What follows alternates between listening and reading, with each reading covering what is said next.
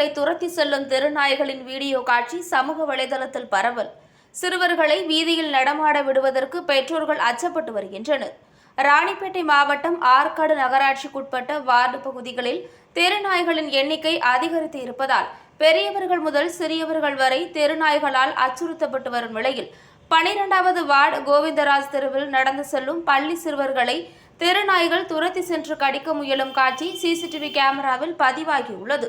தற்போது சமூக வலைதளங்களில் பரவி வருவதால் அப்பகுதியை சேர்ந்த பெற்றோர்கள் தங்களது குழந்தைகளை வீதிகளில் நடமாட விடுவதற்கு அஞ்சுவதாக கூறப்படுகிறது.